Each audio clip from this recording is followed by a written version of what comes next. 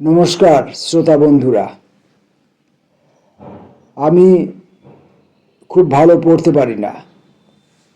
নিজের ভাষার যে ভাষায় আমি কথা বলি সেই ভাষাও আমি সঠিকভাবে উচ্চারণ করতে পারি না। আমি বাক্য রচনা করতে পারি না, বাক্য গঠন করতে পারি না এবং রচিত একটি বাক্যকে ঠিকমতো করে অনুসরণ করতেও পারি না। এই যে আমি পারি না, এই পারি নার অনেক বড় একটা লম্বা তালিকা আছে বা অশেষ তালিকা আছে। তো এত সব পারি না সঙ্গে নিয়ে আমি পড়াশোনা করতে বসি এবং এটাও ঠিক যে এই এত সব পারি নার মধ্যে এই আমি পড়াশোনা করতে পারি না একটি অন্যতম পারি না। তো সেই অন্যতম পারিনাটির সঙ্গে নিয়ে আজকে আমরা প্রতিদিনকার মতো বিভূতিভূষণ বন্দ্যোপাধ্যায়ের গল্প পাঠের মধ্যে এলাম। আজকের গল্পটি রামশরণ দারোগার গল্প। কথা প্রসঙ্গে বলে রাখি, আমার এত সব পারিনার ফিরিস্তি যেহেতু দিয়েছি, তাই আমি কোনো আমার শ্রোতা বন্ধু যারা আছেন তাদেরকে আমি লাইক করবার, কমেন্টস করবার, শেয়ার করবার এই সমস্ত আবেদন নিবেদন করি না। আরও অনেক রকমের অপশান ফেসবুকে আছে যাদের ভিডিওগুলো অনেক বেশি ভিউ হয়, লক্ষ মিলিয়ন ট্রিলিয়ন ভিউ হয়, তাদের আরও অনেক রকমের সুযোগ আছে মেম্বারশিপ হওয়ার, হাইপ করার। সেসব কী করে হয় না হয় সেসব আমি জানি না, এগুলো সেসব আমার জানার খুব একটা বাসনাও নেই। তো এটা বলে রাখা উচিত যে এই যে সাবস্ক্রাইব করা, এই সাবস্ক্রাইব করার জন্য আপাতত কাউকেই কোনো পয়সা করি দিতে হয় না। আমি ইউটিউবে বিভিন্ন চ্যানেলের সাবস্ক্রাইবার হয়েছি, হাজার তো পেরিয়ে গেছে, অবশ্যই হাজার পেরিয়েছে। বিভিন্ন বিষয়ের উপর, সাহিত্যের ওপরে, কবিতার ওপরে, গল্প পাঠের ওপরে, আপনার চিকিৎসা শাস্ত্রের ওপরে, তারপরে আরও নানান হাজার ইয়ে থাকে। যেমন তোমার আপনার অন্তরিক্ষ গবেষণা, হ্যাঁ, এর উপরে প্রচুর ইয়ে আছে।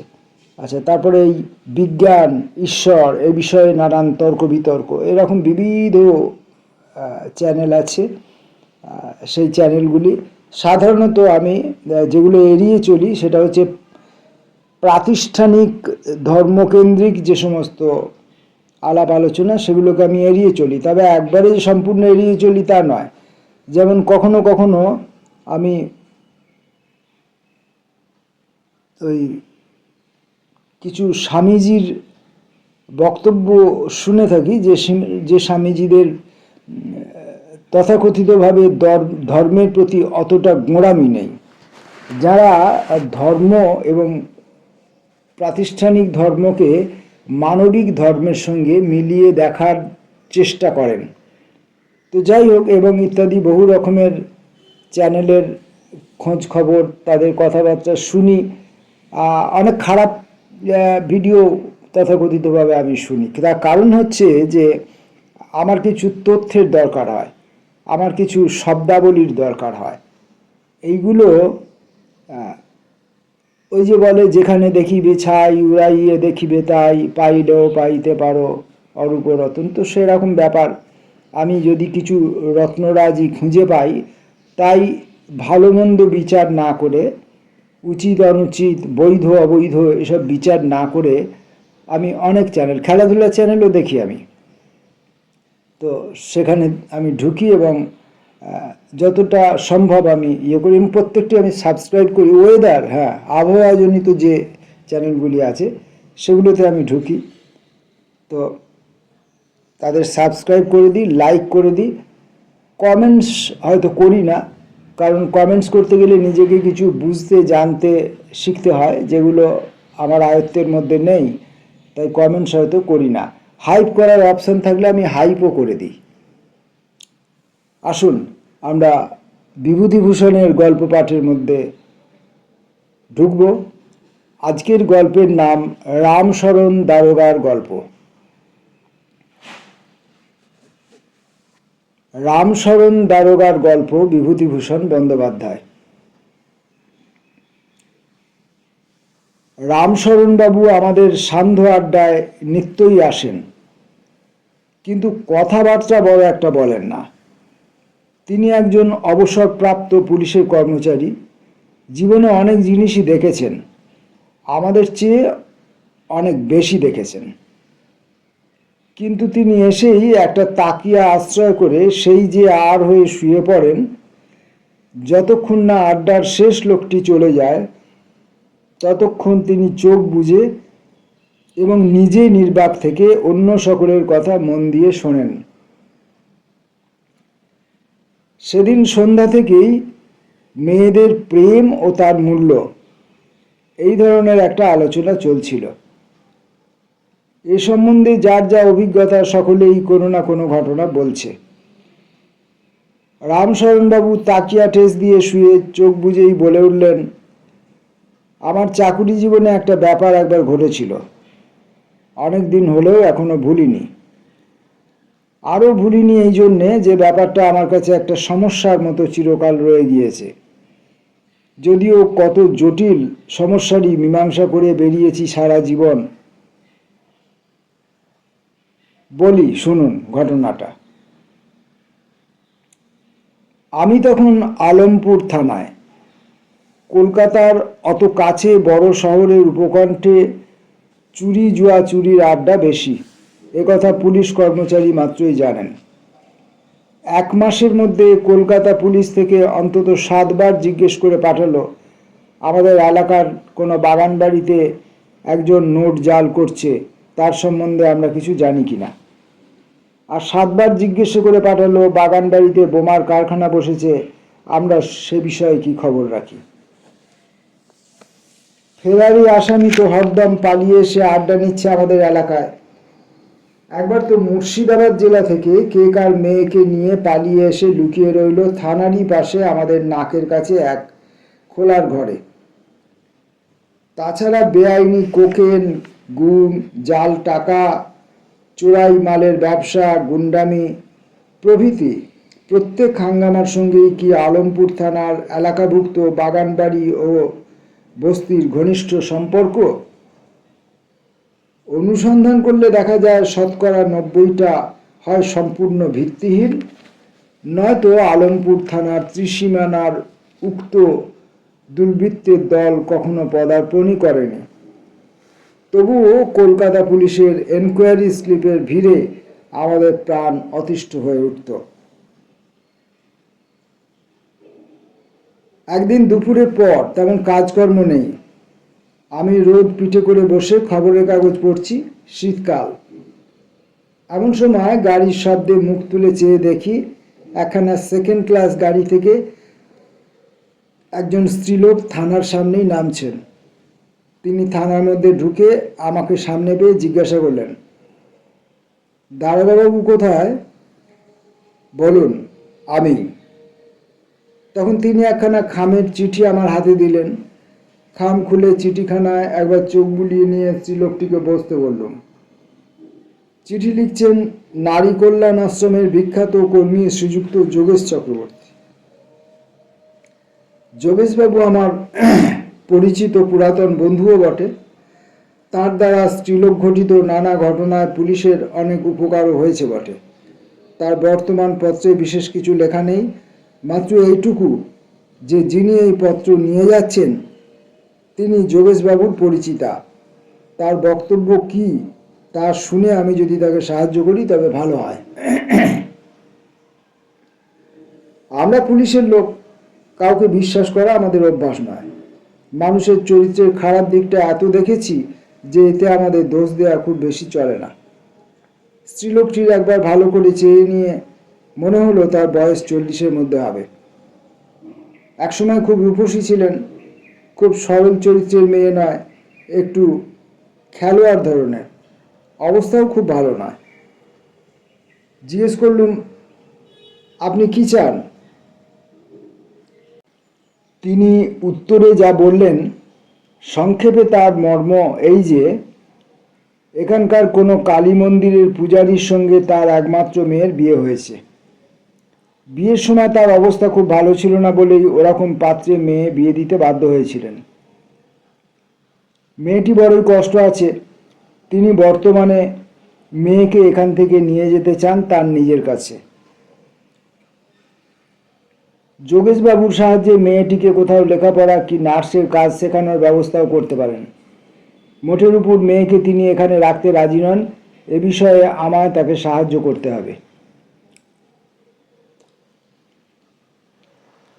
এত সংক্ষেপে তিনি কথাটা আমায় বলেননি। স্ত্রীলোকটির কথা বাঁধুনি খুব। তার নিজের জীবনের ইতিহাসও কিছু কিছু ওই সঙ্গে আমায় শুনে যেতে হলো। তার মধ্যে দুটো কথা প্রধান। একসময় তার স্বামীর কত টাকা ছিল এবং তিনিও দেখতে এর চেয়ে অনেক ভালো ছিলেন। আমি বললুম, পুলিশের সাহায্য চান কেন? আপনি নিজেই কেন গিয়ে জামাইকে বলুন না? তিনি বললেন, অনেকবার বলেছি, জামাই শোনে না, মেয়ে পাঠাবার মত নেই, অথচ তার দুর্দশার একশেষ করছে। আপনি নিজের চোখে গিয়ে দেখলেই সব বুঝবেন। আমি মেয়ে মানুষ, আমার কোনো জোর খাটবে না তো। আমার সহায় নেই, সম্পত্তি নেই, কে আমার পক্ষ হয়ে দুটো কথা বলবে? তাই যোগেশবাবুকে ধরে আপনার কাছে আসা। আমি বললুম, দেখুন, এতে পুলিশের কিছু করার নেই। বিবাহিতা স্ত্রীকে রাখবার সম্পূর্ণ অধিকার আছে স্বামীর। আপনার জামাই যদি মেয়েকে না আপনার সঙ্গে দেন, আমরা তাতে কি করব? আপনার মেয়ের মত কি? স্ত্রীলোকটি একটু ইতস্তত করে বললেন, মেয়েরও মত নয় এখানে থাকা। তারপরে কাঁদো কাঁদো সুরে বললেন, আমার এই উপকারটুকু করুন আপনি। মেয়েকে আমি নিয়ে যাবই, তার কষ্ট আর দেখতে পারি নে। আপনি একটু সহায় না হলে আমার আর কোনো উপায় নেই। একটু দয়া করে আপনাকে করতেই হবে। মার খেয়ে খেয়ে তার শরীরে আর কিছু নেই। স্ত্রীলোকটির কথার বাঁধুনি আমার ভালো লাগলো না। অনেক রকম লোক দেখেছি মশাই, ভালো মন্দ সব রকম দেখে যদি একটু সিনিক হয়ে থাকি, তার জন্য আমাদের বেশি দোষী ঠাওরাবেন না। শেষ পর্যন্ত কতকটা উপরোধে পড়ে কতকটা কৌতূহলের বশবর্তী হয়ে গেলাম সেই কালীবাড়ি।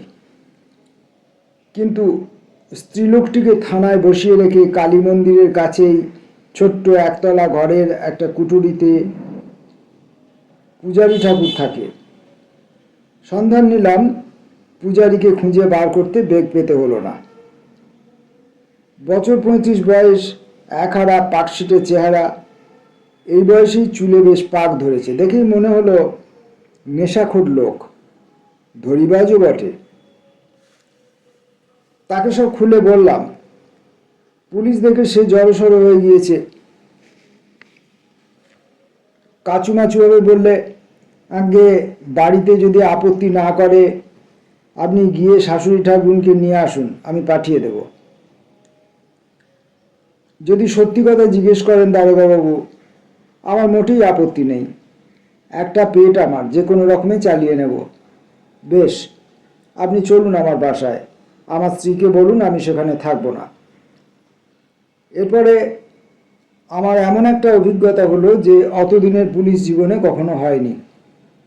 পূজারী যখন তার স্ত্রীকে দোর খুলতে বলল, আমরা তখন দোরের পাশে, কিন্তু অনেকটা দূরে দাঁড়িয়ে। দোরের কাছে এসে কে একজন এসে খুলতেই পূজারী ঠাকুর বললে, দুটি ভদ্রলোক এসেছেন তোমার বাপের বাড়ি থেকে, তোমার মায়ের কাছ থেকে। ওরা তোমাকে কি বলবেন, ওদের সঙ্গে কথা বলো, আমি একটু জল টল খাওয়ানোর ব্যবস্থা করি। তারপর আমাদের দিকে চেয়ে বললে, আসুন আপনারা কথাবার্তা বলুন, আসছি আমি। ঘরের মধ্যে 18-19 বছরের মেয়ে আধ ঘোমটা দিয়ে একপাশে দাঁড়িয়ে আছে। বললে বিশ্বাস করবেন কি না জানি না, কিন্তু অমন অপরূপ সুন্দরী মেয়ে আমি তো মশাই আমার জীবনে খুব বেশি দেখেছি এমন মনে হয় না। টকটকে গৌরবর্ণ, মাথায় ঘন কালো চুলের রাশ, প্রতিমার মতো মুখশ্রী, কি সুন্দর হাত পায়ের গড়ন, কি সুন্দর ছোট্ট কপালখানি, আর চোখ, সকলের চেয়ে দেখবার জিনিস তার চোখ, ডাগর ডাগর, ভাসা ভাসা, তুলি দিয়ে আঁকা টানা জোড়া ভুরু। কতদিন হয়ে গিয়েছে, এখনো সে চেহারা চোখের সামনে দেখছি। ঘরে ঢুকে বললুম, মা, আমাদের দেখে ভয় পেও না, লজ্জাও করো না। আমরা পুলিশের লোক, এখানকার থানা থেকে আসছি। তোমার মা খানিকটা আগে আমাদের থানায় আসেন এবং আমাদের অনুরোধ করেন তাকে সাহায্য করতে। তিনি তোমাকে এখান থেকে নিয়ে যেতে চান। তিনি থানায় বসে আছেন। তুমি যদি যাওয়ার মত করো তবে তাকে এখানে গাড়ি করে নিয়ে আসতে বলি। মেয়েটি একটিবার ঘাড় নেড়ে বললে, আমি যাব না। ঘরের মধ্যে চারধারে চেয়ে দেখি এক কোণে একটা ভাঙা টিনের তোরঙ্গ, তোরঙ্গটার উপরে একটা কাঠবাঁধা পুরনো আয়না ও একটা কাঁচের তেল মাখবার বাটি, এক কোণে কতগুলো ছেঁড়া ধুকরি লেপ কাঁথা, ঘরের কড়ি থেকে টাঙানো গোটা দুই দড়ির শিকে, তাতে কড়াই করা জামবাটি বসানো, পেতল কাঁসার চিহ্ন নেই কোথাও। দারিদ্র্যের এমন রূপ আর কোথাও দেখেছি বলে মনে হয় না। মেয়েটির উত্তর শুনে বললুম, মা, যদি তোমার স্বামীর মতামতের বিষয়ে তোমার সন্দেহ থাকে, আমি বলছি তোমার মা যদি তোমায় নিয়ে যান, তোমার স্বামীর তাতে অমত নেই। আমার কাছে তিনি বলেছেন কথা, আসবার সময় সেসব কথা হয়ে গিয়েছে, কোনো ভয় নেই, নির্ভয়ে তুমি চলে আসতে পারো। আর এখানে যে কষ্টে আছো দেখছি, তাতে আমার মনে হয় তোমার যাওয়াই ভালো। সে এবারও ঘাড় নেড়ে বললে, না, আপনি মাকে গিয়ে বলুন আমার যাওয়া হবে না। সে সুরের দৃঢ়তা এমনই যে যার ওপর আর বিশেষ কিছু বলা চলে না। তবু আরেকবার বললুম, দেখো মা, বেশ করে ভেবে দেখো, তোমার মা এসেছেন অনেক আশা করে, আমাদের সাহায্য চেয়েছেন বলেই আমরা এসেছি। অবশ্যই এটাও আমরা দেখব তুমি তোমার মায়ের সঙ্গে গেলে তোমার স্বামী তোমার উপর কোনো রূঢ় আচরণ যাতে না করেন, সে বিষয়ে তুমি নির্ভয়ে থাকতে পারো। মেয়েটি মুখ নিচু করে এবারও ঠিক আগের মতো সুরেই বললে, না, আমি যাব না। আমার কেমন একটু রাগ হলো। পুলিশে কাজ করে করে একটা বদ অভ্যাস হয়ে গিয়েছিল, কারো প্রতিবাদ সহ্য করতে পারতাম না। একটু বিরক্তি সুরে বললাম, এই কষ্টে থাকবে সেও ভালো, যাবে না তবুও? মেয়েটি চুপ করে রইল। বেশ, না যাবি মর্গে যা, তাতে আমার কি। বললুম, তাহলে একটা কাজ করো, না যাও সে তোমার ইচ্ছা, আমাদের কিছু বলবার বা জোর করবার নেই। তুমি একখানা পত্র লেখো তোমার মাকে যে আমরা তোমাকে যাবার জন্য অনুরোধ করেছিলাম, তুমি যেতে রাজি হওনি, আমরা তাকে থানায় গিয়ে দেখাবো। কাগজ কলম আমরা দিলাম। মেয়েটি মেঝের উপর বসে চিঠি লিখতে লাগলো। ওর সুগৌর হাত দুটির উপর সেই সময় ভালো করে চোখ পড়তে দেখি একজোড়া রাঙা কর ও নোয়া ছাড়া এমন সুশ্রী সুডৌল হাতে আর কিছু নেই। আরও কষ্ট হলো ঘরের মেঝের অবস্থা দেখে, কি বিশ্রী, স্যাঁতস্যাঁতে, সপ করছে ভিজে, সদা সর্বদা যেন জল উঠছে। এই মেঝের উপর বিনা খাটে সই কি করে, এ আমার বুদ্ধির অতীত। অত্যন্ত সুস্থ লোকেও 3 দিন এরকমের শুধু মেঝের উপর যদি শুয়ে থাকে, সে নিশ্চয়ই একটা কঠিন অসুখে পড়বে। কথাটা ভাবতে ভাবতে হঠাৎ অবাক হয়ে দেখি মেয়েটি মুখ নিচু করে পা ছড়িয়ে মেয়েলি ধরনের বাঁ হাতের কুনোয়ের উপরে ভর দিয়ে একদিকে কাত হয়ে বসে চিঠি লিখছে, আর তার ডাগর চোখ দুটি বেয়ে টস টস করে জল পড়ছে। 2-1 ফোঁটা জল চিঠির ওপরেও পড়ল। পুলিশের চাকরিতে মন একটু কঠিন হয়ে গিয়েছিল বটে, তবু মেয়েটির নিঃশব্দ কান্না দেখে ওর সংসারের এই নগ্ন দারিদ্র নিরাভরণ ওই হাত দুটি, এই স্যাঁতস্যাঁতে ঘরের মেঝে, ভাঙা আয়নাখানা, ওই ধুকরি লেপ কাঁথা দেখে তার ওপর ওর গাঁজাখোর মূর্খ স্বামীর কথা মনে হয়ে, না মশাই, আপনারা বললে বিশ্বাস করবেন না। সুরটা নরম করেই বললুম, এই তো মাকে চিঠি লিখতেই তোমার চোখ দিয়ে জল পড়ছে, তবে কেন চলো না তার সঙ্গে। আমার সহানুভূতির সুর হয়তো ওর হৃদয় স্পর্শ করলে। বললে, সেখানে এর চেয়েও বেশি কষ্ট। ওর সেই দৃষ্টিতে হতাশা, ঔদাসীন্য, মরিয়া ভাব সব একসঙ্গে জড়ানো। অবাক হয়ে বললুম, এর চেয়েও কষ্ট? এর চেয়ে আর কি কষ্ট থাকতে পারে? মেয়েটি শান্ত স্থির সুরে বললে, আপনি সব কথা জানেন না। বললুম যে আরও অনেক কথা আছে এর মধ্যে, সেসব কথা বলতে চাই নে। মাকে আমার প্রণাম জানাবেন আর বলবেন তোমার মেয়ে মরেছে, আর তার খোঁজ করো না। কথাটার শেষের দিকে রুদ্ধ কান্নায় ওর গলার সুর আটকে গেল। আমিও চিঠিখানা নিয়ে সে স্থান ত্যাগ করলুম। পথে দেখি পূজারী ঠাকুর একটা শাল পাতার ঠোঙা হাতে আসছে। আমাদের দেখে দাঁত বার করে বললে, হ্যাঁ, কি কথা হলো দারোগাবাবু? যা বলেছি তাই হলো কি না? তা এখনই চললেন যে? একটু যৎসামান্য মিষ্টি মুখ, এর উপর রাগ কি হিংসে হলো, কি হলো জানি নে। তার সেসব আপ্যায়নের কথা রূঢ়ভাবে মাঝপথেই থামিয়ে দিয়ে বললাম, ওসব থাক, একটা কথা বলি শোন ঠাকুর। কাল থানায় যেও সকালবেলা, একটা তক্তাপোষ সস্তায় নিলাম হবে। দাম তুমি যখন হোক দিও, কাল গিয়ে নিয়ে এসো সেখানা, বুঝলে? পূজারী ঠাকুর অবশ্য নিজের কাজ ভোলেনি। পরদিন সকালে এসে খাটখানা নিয়ে গিয়েছিল। এইখানেই আমার গল্পের শেষ। আমরা এতক্ষণ এক মনে শুনছিলাম। রামশরণবাবু চুপ করলে। আমরা একজোটে জিজ্ঞাসা করলুম, আপনি আর কখনো সে মেয়েটিকে দেখতে যাননি? রামশরণবাবু বললেন, আর কিছুদিন আলমপুরে থাকলে হয়তো যেতুম, কিন্তু এর অল্প দিনের মধ্যে বদলির হুকুম পেয়ে আলমপুর ছাড়তে হলো। তারপরে সে মেয়েটির আর কোনো খবর জানি না। মেয়েটি কেন মায়ের সঙ্গে যেতে চাইল না, আমি আজও বুঝতে পারি না।